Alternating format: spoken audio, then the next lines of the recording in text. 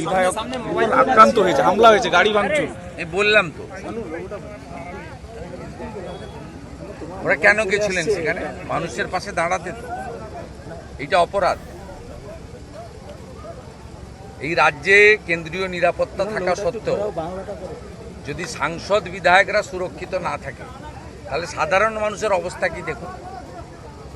তারা কি করতে গেছিলেন?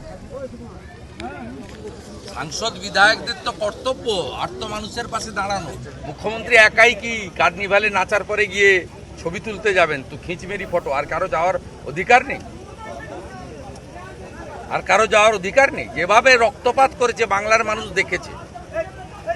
এই রক্তের সুমধুর বদলা ২৬ সালে জনগণ নেবে, আদিবাসী সমাজ নেবে, আমি আপনাকে বলে গেলাম। আর এফআইআর হবে, এফআইআর নিয়ে যা যা করার আমরা করব এবং যা ব্যবস্থা নেওয়া হবে।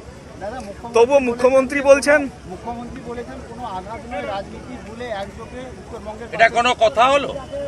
মুখ্যমন্ত্রী ওই লোকগুলোকে, নামগুলো তো দেখেছেন, আমি পোস্ট করেছি। ওরা কারা?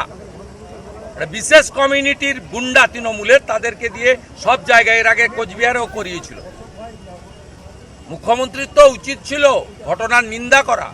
মুখ্যমন্ত্রীর উচিত ছিল পুলিশকে নির্দেশ দেওয়া যে আজকে রাতের মধ্যে চিহ্নিত ভিডিওতে দেখা যাচ্ছে কারা, তাদের গ্রেপ্তার করা, যে সোমোটো মামলা চালু করা, এফআইআরের জন্য ওয়েট না করা। তা না করে আর যেন না হয় সবাই মিলেমিশে যেন থাকে লম্বা কনভয়। উনি আর ওনার ভাইপো লম্বা কনভয় নিয়ে ঘুরবেন, মুখ্যমন্ত্রী যাবে না। ওনাদের সঙ্গে শ্রমিক ভট্টাচার্যদের বা খগেন মুর্মুদের সঙ্গে কটা গাড়ি ছিল? যখন এমপি এমএলএ ছিল গাড়ি ছিল, বাকি তো প্রেসের গাড়ি। প্রেসের গাড়িকে আমরা না বলতে পারি? আমাদের পিছন যখন প্রেসের গাড়ি ফলো করে, আমাদের অধিকার আছে।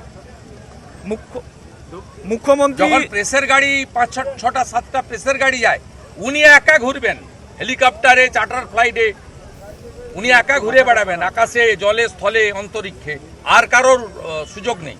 মুখ্যমন্ত্রী বলছেন ম্যানমেড বন্যা, ভুটান আসাম থেকে জল ঢুকানো হয়েছে, কেন্দ্রকে ভূগোল পড়ুক, ক্লাস 7 এর ভূগোল বই পাঠিয়ে দেবো, ভূগোলটা পড়তে হবে। দাদা হিন্দিতে একটু, দাদা হিন্দিতে।